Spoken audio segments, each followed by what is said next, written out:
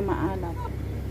Ayan, gagawa tayo ng itlog na maalat. Ito yung itlog ng pato ko na naipon-ipon na marami siya. Ito yung tubig. May ano na to, may asin na nilagyan ko ng isang basong asin. Isang basong asin. Ayan, tunawin lang siya. Ayan, maalat. Kailangan maalat na maalat siya. Ayan. Tunawin.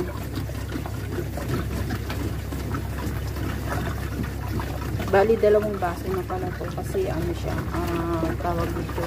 Hindi siya, tinikman ko, hindi siya masyadong maalat. Kailangan maalat na maalat.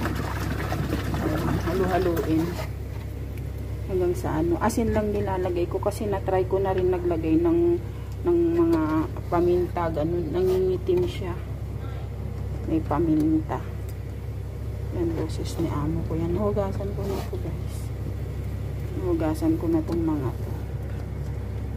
Lagay na natin. Tapos, after, binababad ko ng isang, kalahating buwan.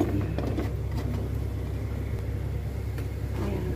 12 na yung nandun sa loob. 14. 16.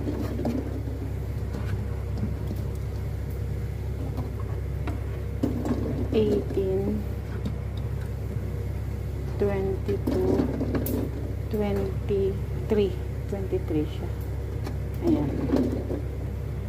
Ito, ginagawa ko to, binibigay ko rin sa mga sa mga friend ko to. Pag na, dinadala ko sa kanila. Tapos yung mga ibang friend ko pa na nakikita ko rin sa binibigyan ko rin sila. Ayan. Hintayin ko lang hanggang 15 days, ganun. Ita-try ko siya ng isa. Kung okay na, hanguin ko na. Pero kung hindi pa, dagdagan ko pa siya ng time. Ganun lang. Maglagay ka ng tubig sa supot. Yung hindi butas ha. Para hindi mag-mix yung tubig doon sa tubig na maalat. Ayan. Tapos, ilagay mo siya dito.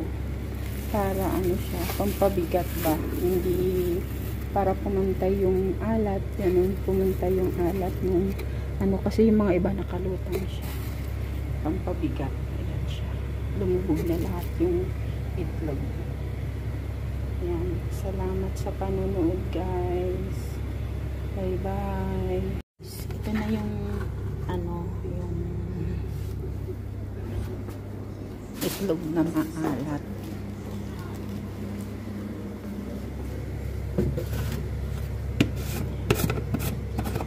Ilalaga ko na siya.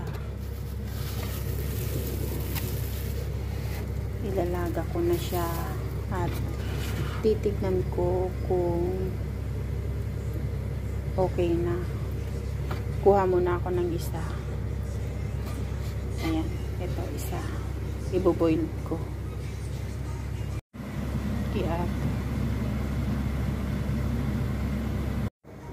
Ito na yung itlog na maalat. Nilaga ko na siya.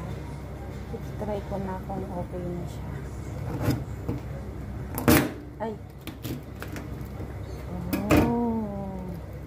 Ang ganda! Perfect ko. Na-perfect ko siya, guys. Ayan, oh. Diba? Thank you sa panonood. Ito siya. Yummy! Bye! Ayan na siya. Ayan.